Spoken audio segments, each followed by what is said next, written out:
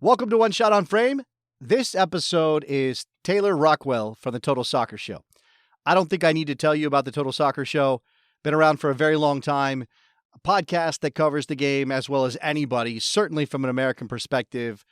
Taylor started that show with his late friend, Daryl Grove, and we definitely talk about Daryl in this episode, the standard that Daryl and Taylor set for the Total Soccer Show and where things are in 2023 with that being a daily product. We also talk about Taylor's relationship with his daughter and how he wants to pass soccer on to her, his origin story as a soccer guy, playing in college, and now being a voice of the game here in the United States. Taylor is a dear friend of mine. Very thrilled to have him on One Shot on Frame. I really think you're going to enjoy this episode. Let me ask you to go ahead and subscribe to One Shot on Frame so you get updated whenever we got a new video out. Make sure you like this video and all the other One Shot on Frame videos to help me spread the word. Tell people that you know that like soccer and might like to hear about some of these people that we're talking to on this show. Let them know about One Shot on Frame so we can continue to grow, get bigger and better. And as a special request, drop in the comments on this video who you think would be a good subject for an interview on One Shot on Frame. I definitely want to talk to more people about their photos and about their soccer stories. Thanks a lot. Enjoy this episode with Taylor Rockwell.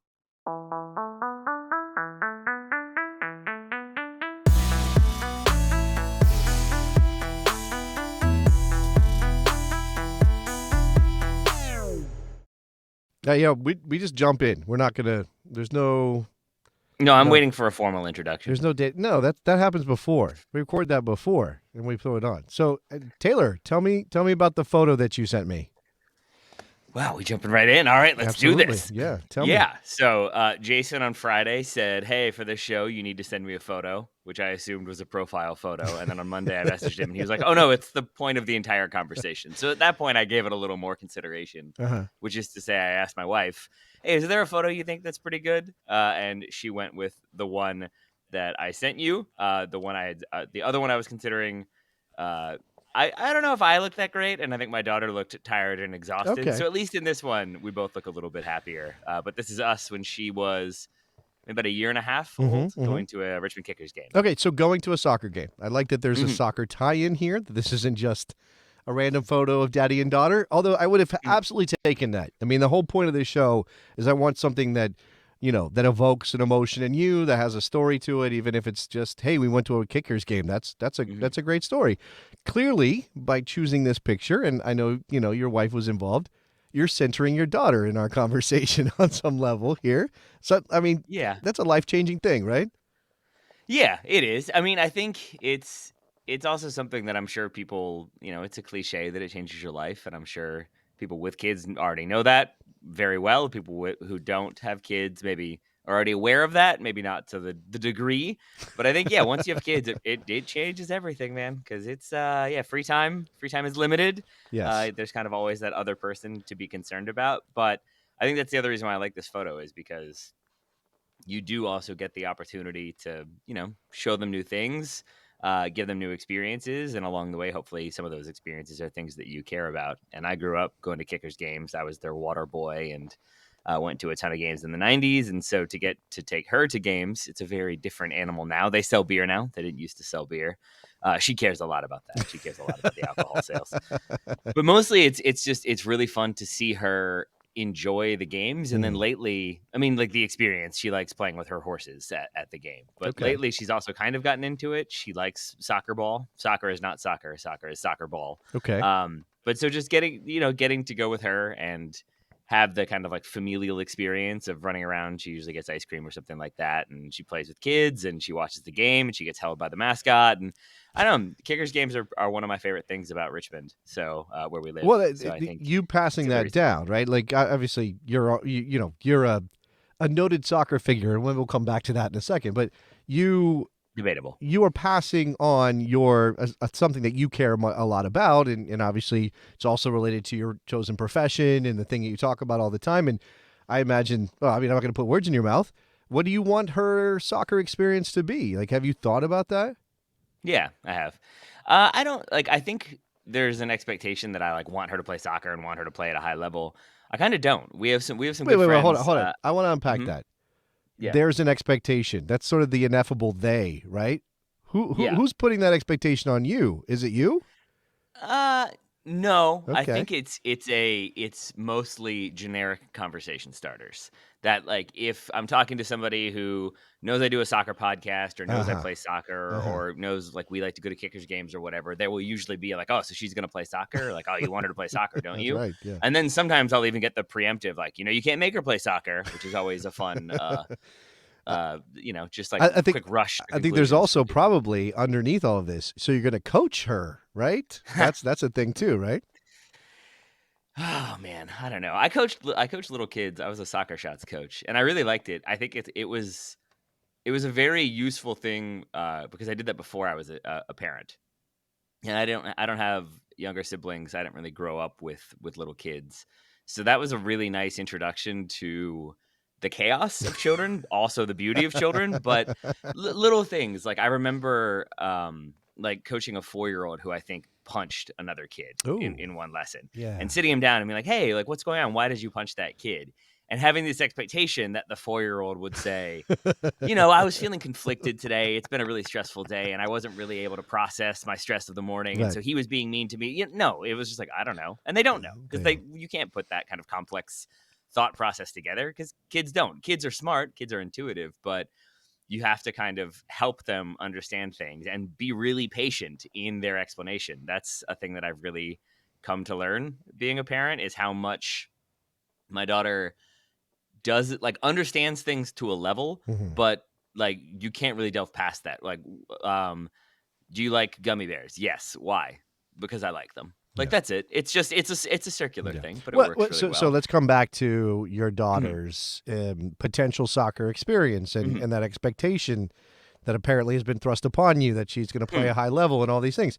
Um, are you just going to let it go and let it happen, or do you think that you are actively going to be, okay, give me your thought process around this Mhm, because I've certainly had similar thoughts. mhm.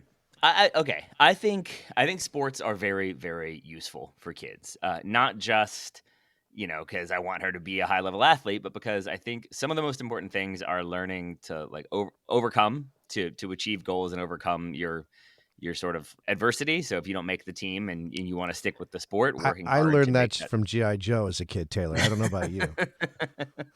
Knowing is half the battle. That's right. But I think there is something to be said for competitiveness. I personally think that's a very important thing in the world. Not being overly competitive, not winning at all costs, but I think there is, at least in the society we live in, a like you have to kind of be able to challenge yourself and push yourself, and I want her to have that sort of self motivation. And that's the difference. Is Yeah. I don't want to be the one who's standing there saying, "Hey, you should have done better. You got to do better." I want her to sort of enjoy the experience of playing. And for me, scoring a goal is like the best feeling and getting to celebrate. So for me, it's having when she kicks the ball into our little goal here, it's teaching her to like celebrate properly and really enjoy those moments. Like that's one thing. Yeah. The bigger thing is the sense of community and the sense of uh, team, I Yeah. guess, basically. I think that's another really important thing growing up that if you have an idea of like, working together for a common goal and putting in your fair share of the effort and helping other people along the way and helping your teammates and not just getting mad at them because they didn't score or the goalie didn't make that save, but Yeah. being like, well, would you have done better? Could you help them learn? Yeah. Like, I think it's all about, I think, education for me. And so Well, if she's so learning and motivated, then I want her to play. but that there may be a time it's going to come when she still doesn't understand enough, and you as Mhm. a parent, you and your wife have to make a choice, right? Like you have to decide to put her in something. Like if you want her to get those things from sports. So Mhm. is your instinct going to be, all right, we sign her up for soccer, and if she loves it, great. If she doesn't and moves on to something else, that's okay too. Or would you kind of ask her, because you ask a 4-year-old what they want, and it can change from minute to Yeah. minute. Might be ice cream, might be sports. So I think I would be speaking from a position of ignorance if I tried to answer that like with an actual answer. What I will say is that it seems, for the most part, like yeah, kids just are very mercurial, and one week they want to play baseball, and the next week they want to play soccer, and the next week they want to be a swimmer, and I'm assuming within that context, you as the parent have to be able to be like, I can't afford everything. So we're going to stick with one for this season and we can Yeah. try the one the next season. And I think eventually they find their thing or things. And maybe that's sports, maybe that's music, maybe it's something else entirely. I don't know. But I think I would like her to experience different things. I think there's certain sports I don't really want her to get involved in, or certain activities that I personally am not a big fan of. But if she wants to, within reason, I'm not gonna like say no, because I also think teaching your kid like to basically trust their gut and to learn along the way and Mhm. to try things, and then if it's not for them, to be able to say I gave it my best shot, that's not for me, but then truly find the things that they like and stick with them and get better at them.